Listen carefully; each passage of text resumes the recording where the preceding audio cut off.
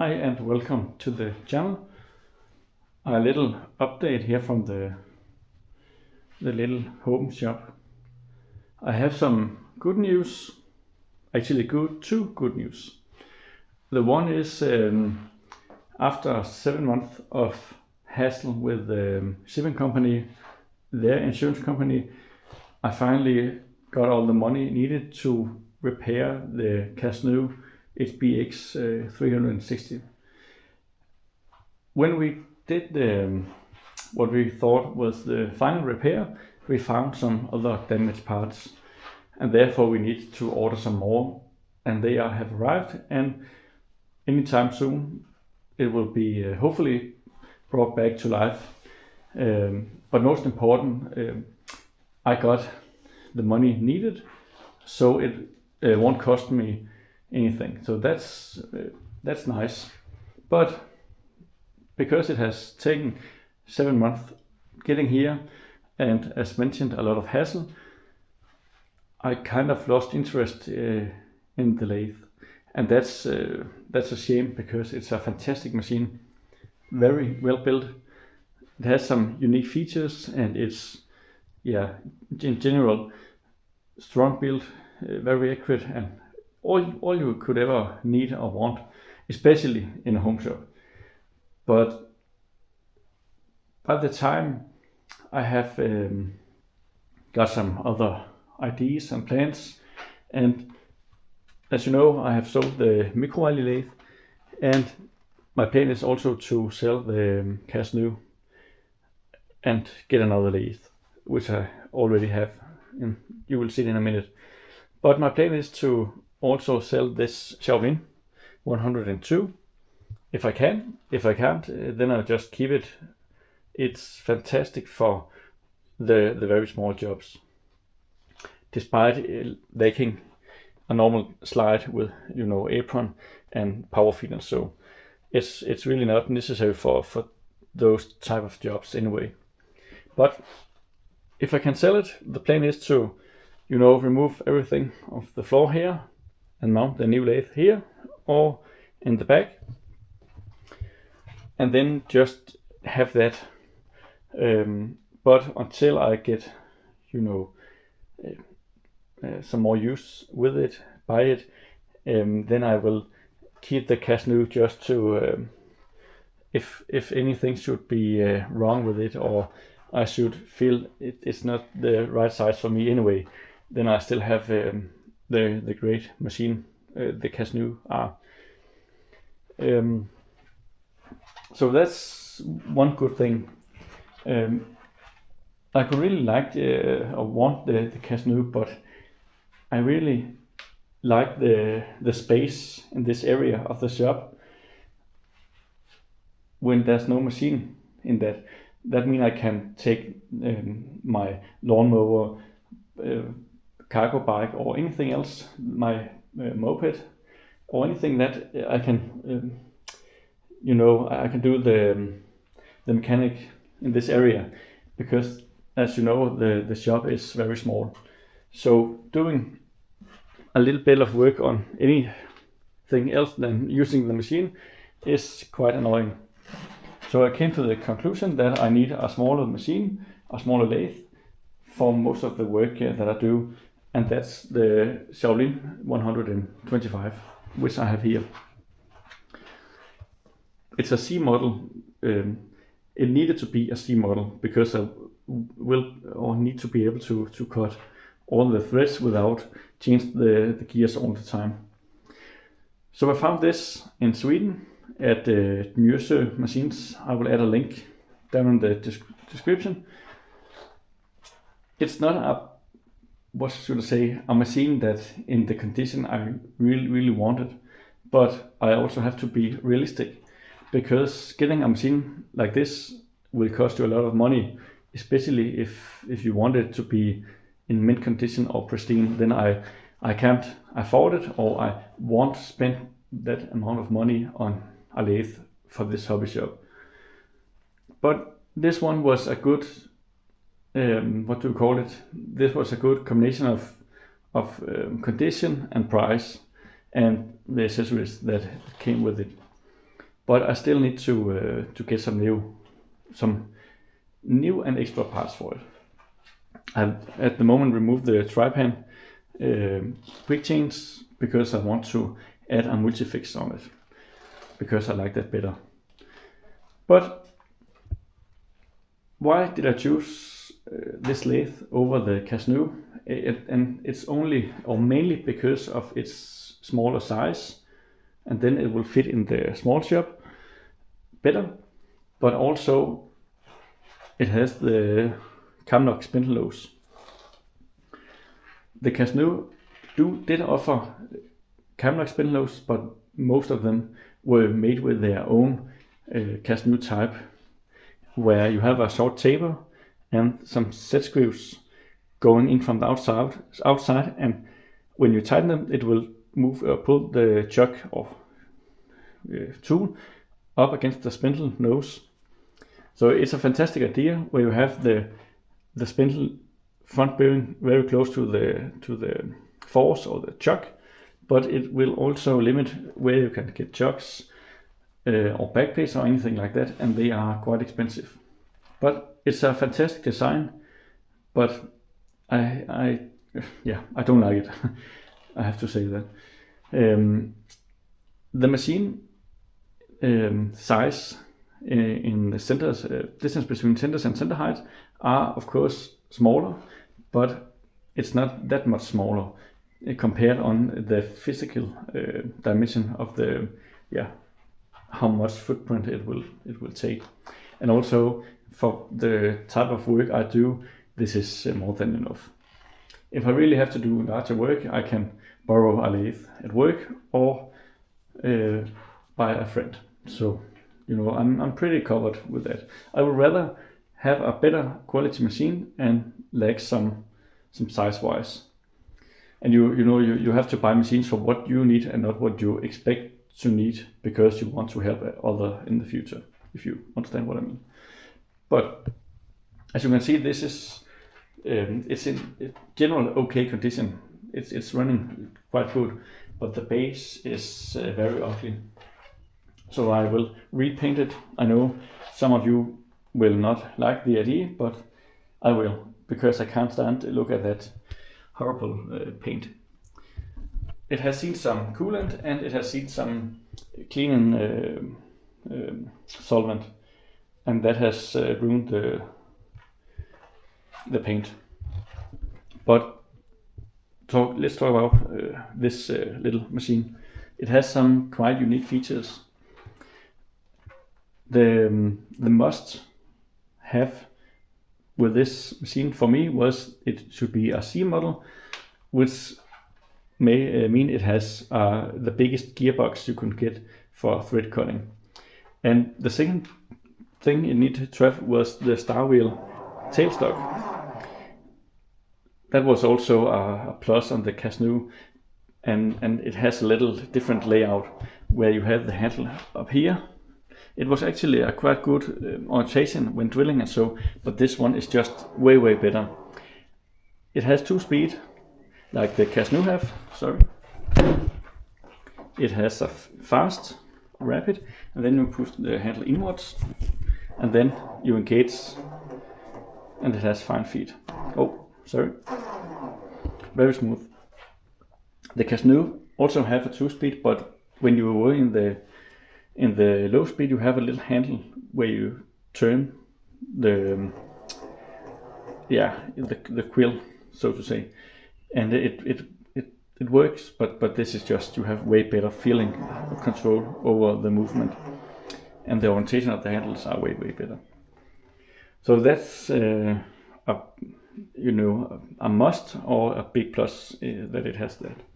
Also, it has the power feed arrangement in this end of the bed, and it has a variable speed, so the feeds are unlimited. No, not unlimited, but you have you're not stuck in certain gears. You can change the speed of the feed while the machine is running, and that's also a very nice feature. as you can see here.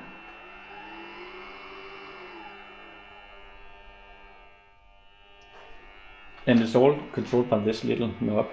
And then you can change direction here.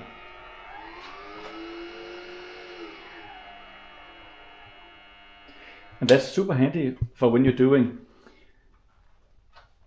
facing operations where you have to change the speed as you are going towards center. Not the speed of the chuck or spindle, but the feet. So that's a very nice feature also. And of course it has power feeder in the Z direction as well.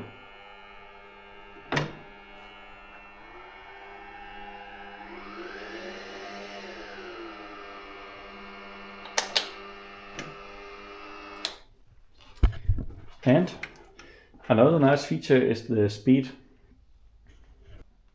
Another nice feature is the speed selector of this machine. It has 2-speed motor and it has a variator, mechanically controlled, where the Cazeneuve has a hydraulic control one. And that was unique because you have a little handle here on the apron where you can change the speed. You didn't have to stop anything or move you. You have full control with all of the other controls. Very, very nice, but I really don't like the hydraulic. It's fixed and it has new seats and everything, but I really like the mechanical. It's more simple, and when it's simple, chances are way lower that something is gonna break or leak or anything over time. But it has the variable speed here, and you have 2-speed here, and while it's spinning you can just remove the handle here, and then you're going in the low speed. That's very nice if you're drilling and need to counterbore or threading by the tailstock. Then you can raise the speed or lower them extremely fast. And also here again.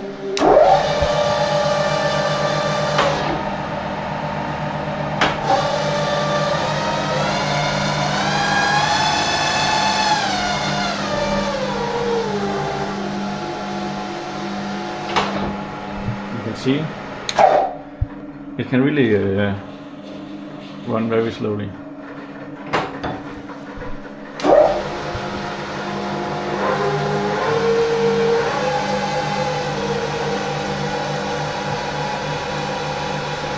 Brake, I know it has not a chuck mounted, so it's not heavy loaded, but the brake is quite good. Yeah. Another great feature which I really didn't know I needed before I got the Schaublin 102 was the collet inbuilt in the spindle and the collet closer handle. You simply just move the handle or the lever and the collet will be loose. Remove the part and put in another, pull it against you, and then it's clamped. Zero run out. You have no marks from the jaws. You can clamp on thread or knurlings, anything. It's fantastic.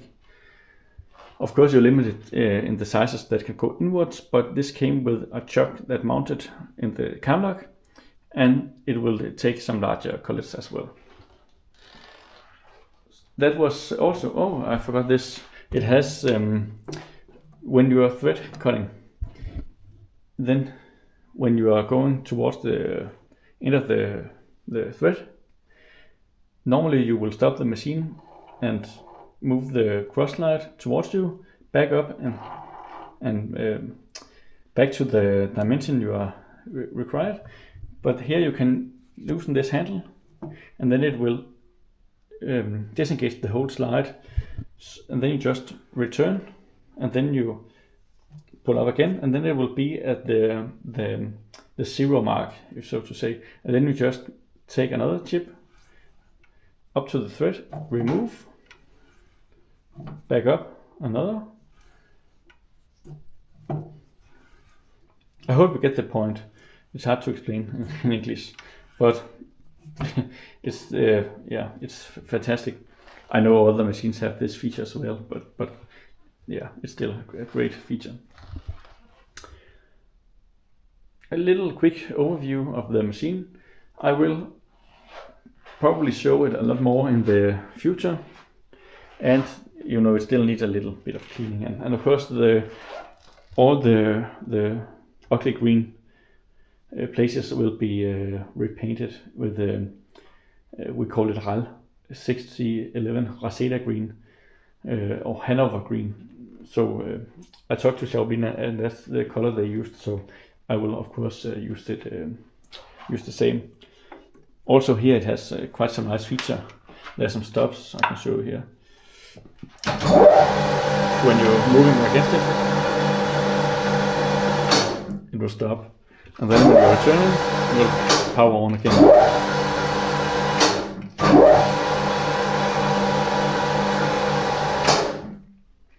Yeah, just a little overview of the new lathe. As the Cazeneuve, the design was for me quite strange when I first saw it, but the more I see it or use it, it makes more sense. And the same way with this.